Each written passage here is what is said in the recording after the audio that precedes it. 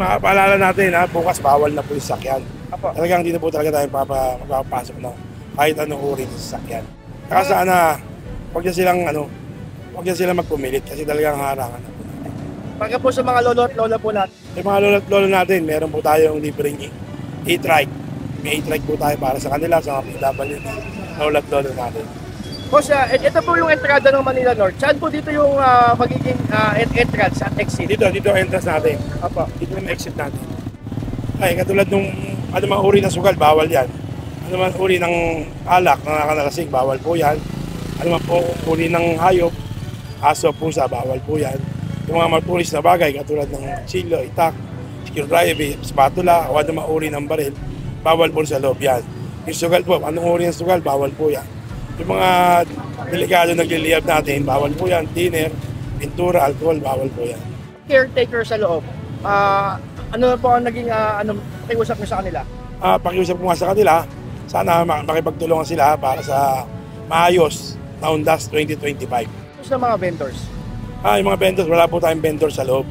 Sa labas lang po, hindi ko po alam saan po ang signature. Pero kami dito, meron lang po kami dito. Bulaklak lang po, flowers lang po sa pinto. Ano na po, gano'n na kaganda ang columbarium ng Manila North? Maganda na, pwede nyo makita, maganda na po.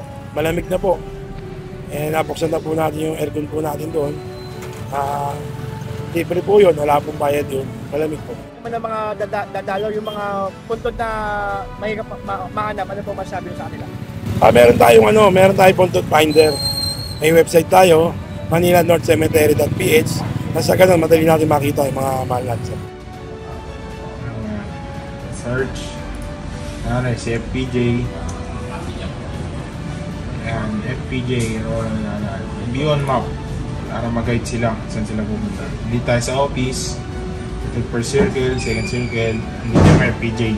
Ayun. May bilog siya. May markings din pala, no? May markings siya kung nasaan. Tsaka yung slot. Kung ano yung section niya. Yung section, no? Sample natin iba. Ito yung page niya. Sample natin, nangyari, Cruz. Mga common na apelido. Alejandro de Cruz, Corazon de la Cruz. Ayan, dito siya. Nakabilog siya kung saan section, tapos yung grave number na. Ayun, so mas madaling malolocate. Ano nga ulit yung website? manilanorthcemetery.ph. manilanorthcemetery.ph. Thank you. October 29 may deployment na. Maliban sa pagbabantay ng mga kapulisan dito, ano po ang hakbang ng Manila North Cemetery? Pamunuan niyo po? Kompleto po tayo sa CCTV, meron tayo 64 na CCTV, nakapalipot po sa buong sementeryo. At marami po tayong mga civilian na security po dyan. Kaya binabalaan ko po kayo, mga Tolonges, huwag na po kayo dito. May gobyerno na po sa Maynila. Mga ilang milyon na inaasahan po kayo ito? Ang inaasahan po namin for the whole week, mga 2 million po.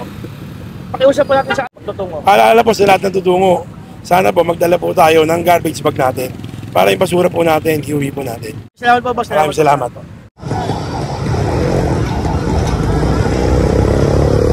Nandito po tayo ngayon sa Manila North Cemetery saan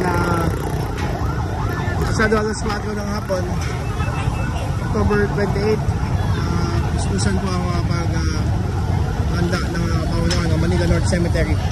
Particular na ni Director Daniel Dandantan. Ito po yung gagamitin ng ating mga kababayan.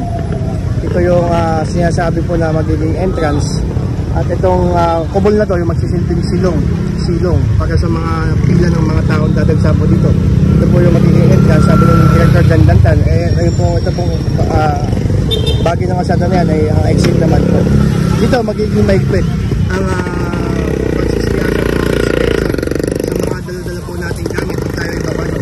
Cemetery sa araw ng Undas. Simula po bukas, magbubukas ng gate na to para sa mga dadalaw. October 29, alas 5 ng umaga. Meron tayong wristband para sa mga bata na sa ganun ay hindi mawala. Lalagay pangalan ng bata, then contact number ng guardian nila.